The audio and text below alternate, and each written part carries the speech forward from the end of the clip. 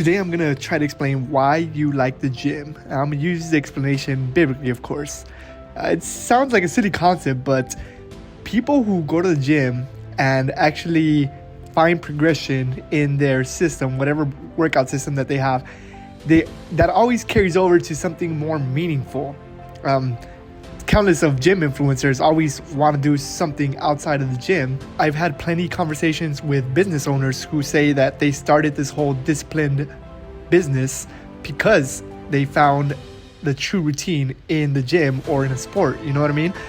And me myself, once you kind of peak at your gym progress, you kind of want to achieve more in life than just lifting heavy metals. So it's funny, but I'll explain to you biblically why you like the gym. And let's start off with a Bible verse. Ecclesiastes 2:24. A person can do nothing better than to eat and drink and find satisfaction in their own toil. This too I see is from the hand of God. I want you guys to notice the find satisfaction in your own toil. So we're designed to work. Right? And I'll get more on that later, but we as a human species, we as men, we need to be doing something, and there's nothing better than to enjoy what we're doing. This comes from the wisest person in history, Solomon. I love Ecclesiastes, my personal favorite book. We definitely need to get more into it, but for now, just understand that humans have to be working, and there's nothing better for a human than to enjoy their work. So let's talk about the act of going to the gym, right? It is giving yourself work to get a reward, right? You go in there, you stress your body out, you put load on yourself, and you get a reward after that, whether that be progression, whether that be physical achievement, whether that be discipline structure, it gives you a reward. And it reminds me of Jordan Peterson's take on delayed gratification.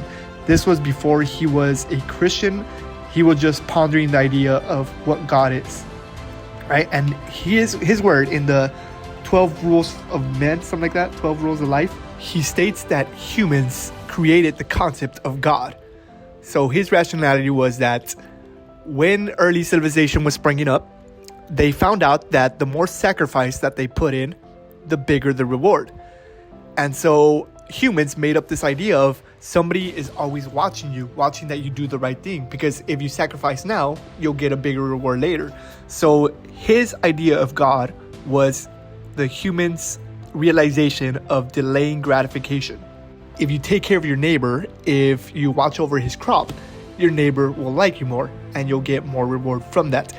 If you feed somebody who needs help, they'll see that as a generous thing. You're delaying gratification for your own needs, but yet you're gonna get recompensated in the long run. So of course this concept is atheistic, but this was before Jordan Peterson converted into Christianity. But the realization is there that human people delay themselves to get a bigger reward in the future.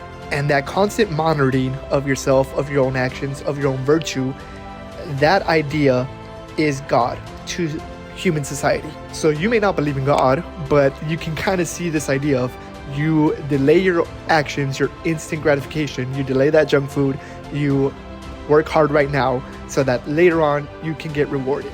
So we have proof that humanity craves purpose, and more specifically, a noble kind of purpose. And now here's where the biblical explanation comes into place, because all of this is found in the Bible.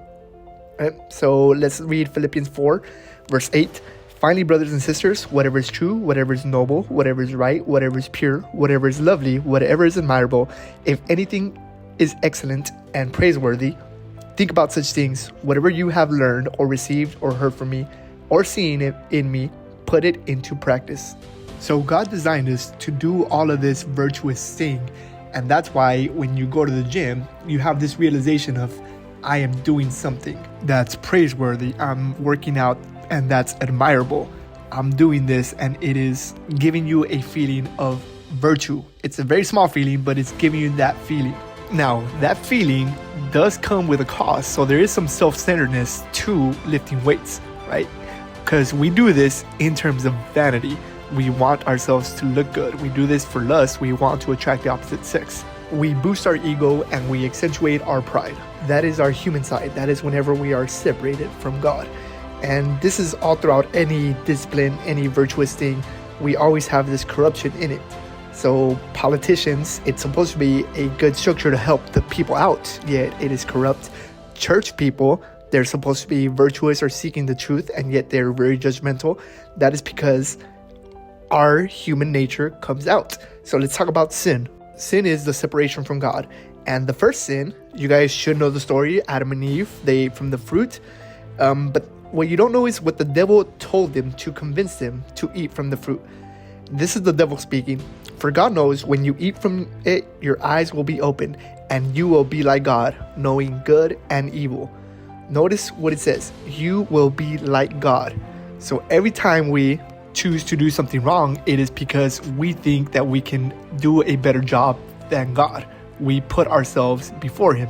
We are removed from His presence. So when you feel good in the gym, it is because you're delaying gratification for something better. You're doing something noble. But when you do it for this lust, for this egocentrism, for the manipulation of others, then you kind of become scummy. The admirable hobby that you have turns into something that is corrupt, something that is wicked. No one ever explained it in this way, to where you're doing an admirable hobby, you're doing something noble, you're doing something in pursuit of virtue. You feel good because that's the way God designed it to be. But whenever you do it to boast yourself up, or to be prideful, or to manipulate others, then it becomes this corrupt sort of ugly task that you're doing. I don't even know if I'm gonna post this, man. It's just weights, it's not that deep. Like, comment, and subscribe for more. I definitely have more takes that can be explained biblically. Let me also know if you want me to do more hobby retrospectives according to the Bible.